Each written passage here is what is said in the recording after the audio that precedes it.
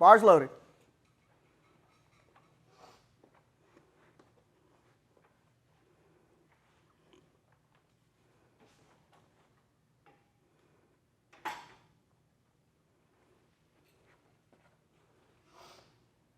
Start. Press. Rack. What would you call it? Okay. Notice there was the delay in me giving a start command because I was looking for y'all on this. One thing the head judge cannot see, head judge cannot see butt, and it can't always see where the feet are. So I am relying on y'all to make sure that they're in a proper position. All right, right there we see that the lifter got a bad lift. 3 red lights. Those 3 red lights for her head coming off the bench. Remember, when we're lifting, head, shoulder, and butt need to stay on the bench and feet need to stay flat. So right there, her head came off the bench when she was pressing back up and got the press command. That caused a bad lift.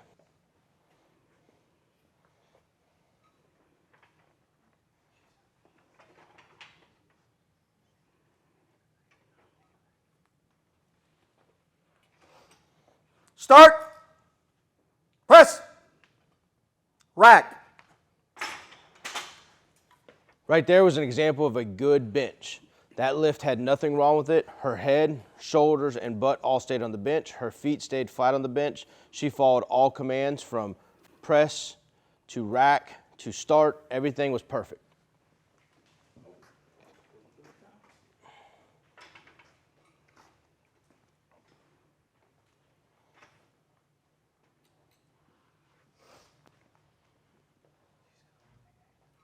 Start.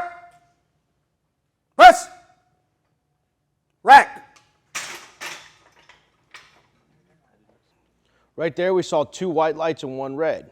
One of our side judges said that the elbows weren't all the way locked out. The other one said that they were. Again, we give the lifter the benefit of the doubt if they have a medical condition. Before every time they come up, they need to show you, this is as far as my elbow will lock out. Typically, you have the coach come up there with them to the judge and let you know, okay, this is it, this is where we're at. There doesn't need to be a doctor's note, an x-ray, or anything like that. We give, again, that lifter the benefit of the doubt that they can only lock out their elbow that far. Yep, bars loaded.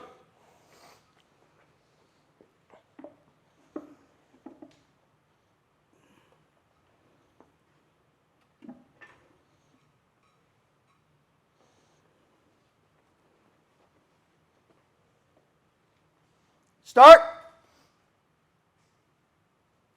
Press. Rack. All right, right there for the first time, we saw a lifter use boxes.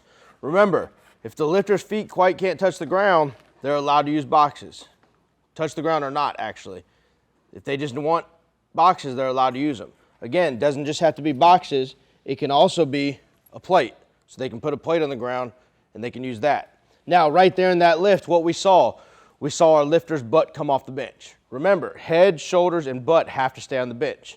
Also, we saw her grip that wasn't around the bar.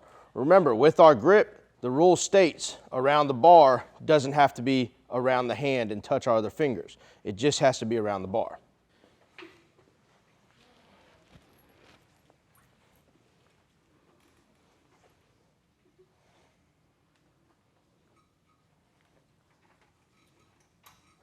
Start. Press. Rack. Okay, here we see a bad lift on the bench. Where squat, our feet can come up and land back in the same spot, or up and land back in the same spot. On bench, they can't. On bench, your feet can slide forward, slide laterally, slide around, but they cannot come up and back down. That's the difference between squat and bench. The second your foot comes up and back down on bench, it'll be a no lift.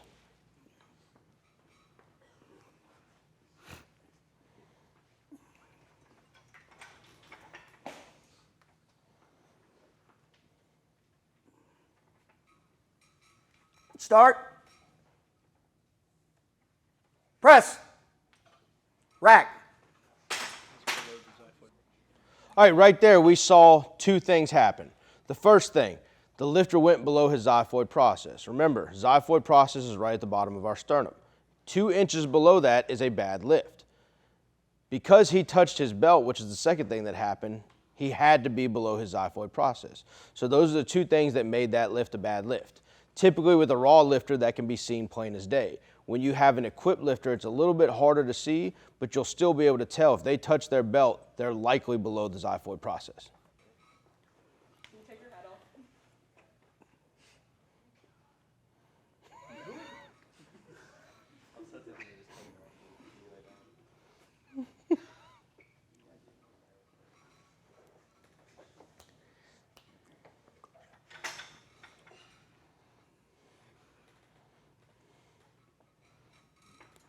Start!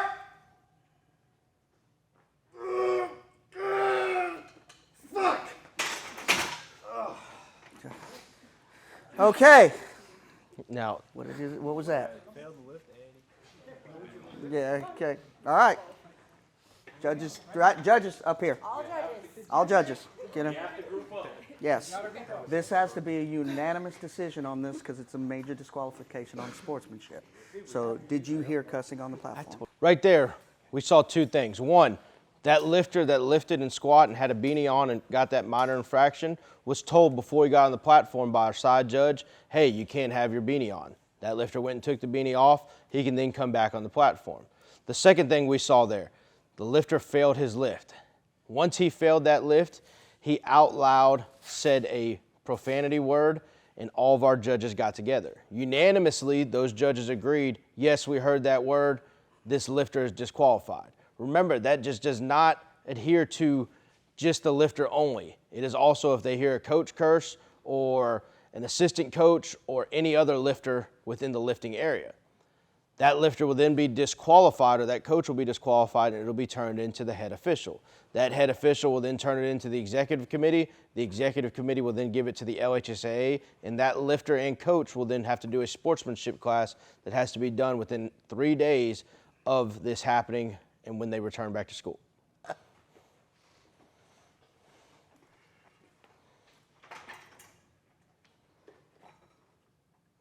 Start!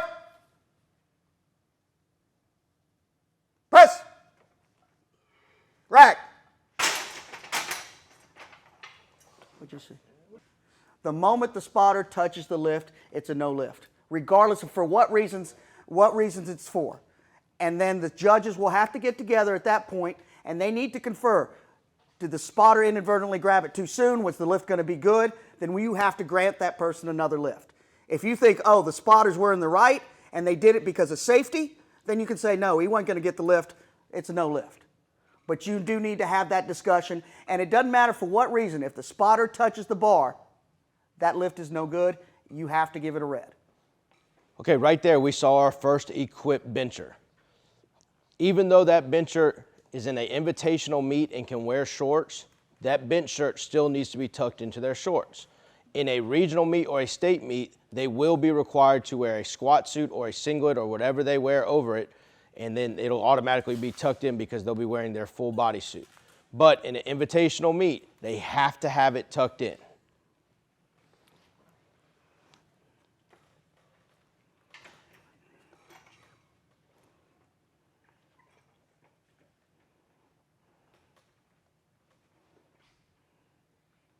Start! Press! Rack.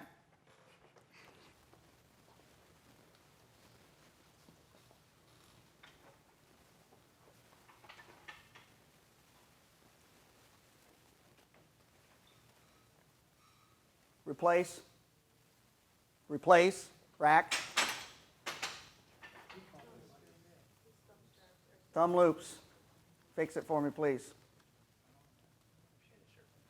You tuck your shirt in. Step off the platform, lifter.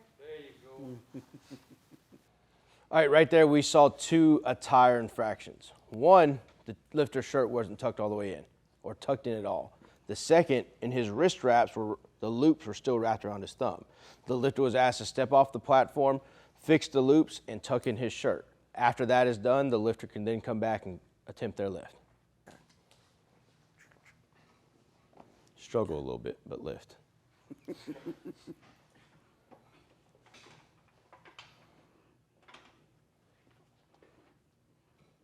Start. Press. Rack. Good lift, good lift, good lift. Wait a second. Misload. Okay. Everybody come up. What do we do in a misload? Make sure we're talking loud too, into the mic. Okay. Okay. What else? They have an option. Was it a good lift? Yes or no? It was a good lift. So they have an option in a misload. Or redo it at the end of the round. Okay, so that means we have to ask them what they want to do with that. Okay? Okay, they don't, if they retake the lift, do they get credit for this lift that they completed? No, they do not. They don't have that option. Because some coaches will try to argue that. Okay, they either have to accept it or they get a relift on it. Okay? It's if the lift never occurred. Now, you as a judge sitting on the side, you look at up there and say, oh, they're doing 315. Well, I got 3 plates over here. I got 2 places going. It would be 300 really instead of a 315 because it's a misloaded bar. Stop. You already called bar loaded. Stop. Just fix the bar. Because you can catch a misload before it happens. Kind of be aware of what's on the bar on your side. You really can't tell what the other guy's got on his side, but you know when you hit 315, there's 3 plates. We try to make sure that the head judge is always responsible to make sure it's loaded correctly, but that's not just his responsibility. The side judges need to look and see as well. All right, right there what we saw is we saw a misload of the bar. The lifter was originally set to lift 95 pounds. On the bar was 115. The lifter still successfully got the lift, so then they have a choice. Do they want to take that lift or do they want a relift? Most of the time you'll see the lifter take that lift that they successfully attempted because it's a higher weight than they originally wanted. Bar loaded.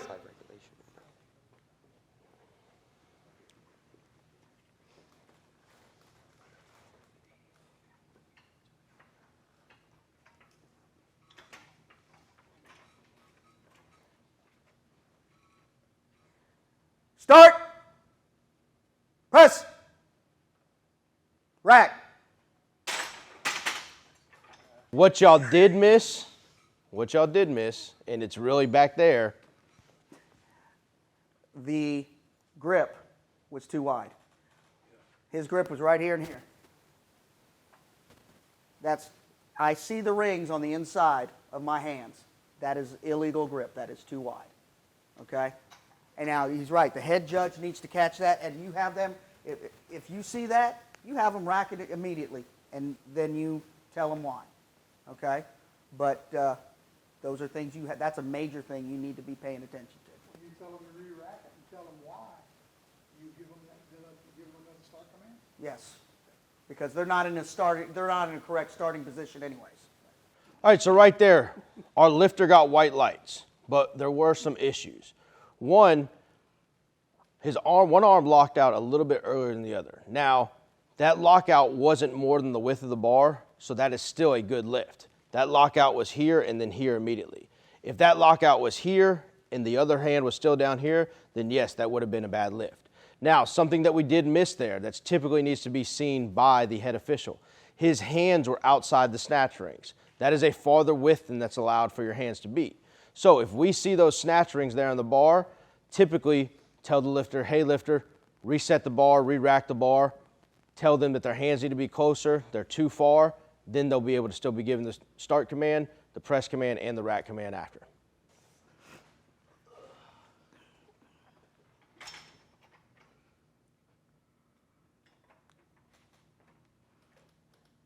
Start. Press. Rack. I want to know, hey, it's okay to sink in the chest. What's not okay is to heave. So, I mean, it's when that press call comes in, did he sink and then push up? That's the difference, okay? So that's the things you need to think about that. Well, was that really a heave, or did he just basically kind of relax and let it sink before I gave him the press call? All right, right there we see 3 red lights. Those 3 red lights for a heave of the bench. So when we saw our lifter descend with the bar, when he stopped and when they said press, he sunk back into his chest and heaved that bar off his chest. That would then constitute as a red light, and the lift is no good.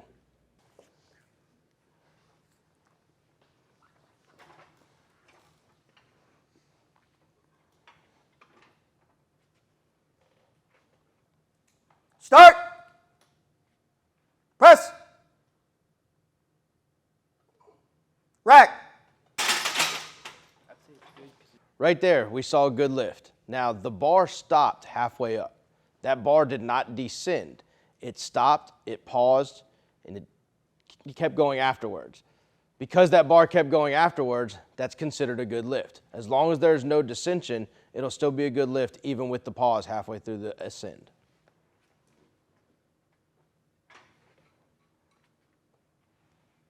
Start. Press. Rack. All right, right there we saw another bad lift on our bench. What we saw there is something that happens very commonly. Lifter comes up, and as they come up, they don't even listen for the rack command and completely lock their elbows out. They just immediately rack. That happens very, very often. So that would turn into a bad lift, not because the lift was bad, but because the lifter did not wait on the rack command. Start. Press. Rack. So there we saw a bad lift. Now what happened was lifter was given the start command, lifter came down, lifter was given the press command. When they pressed, they hit the rack on the way up. Now, typically, you have to descend to get that bar from underneath the lip of the rack to continue back up on the ascend. Now, right there, what the lifter did is when they hit the rack, they completely came straight out, then ascended. So they didn't really descend. 2 things can happen there, and those are the only 2 things that can happen. They didn't support it because they're still pressing up the lip and the guts of the rack, but they still completed the lift and rack. Now, there was slight dissension on one arm, so that would be considered a descend to rescend.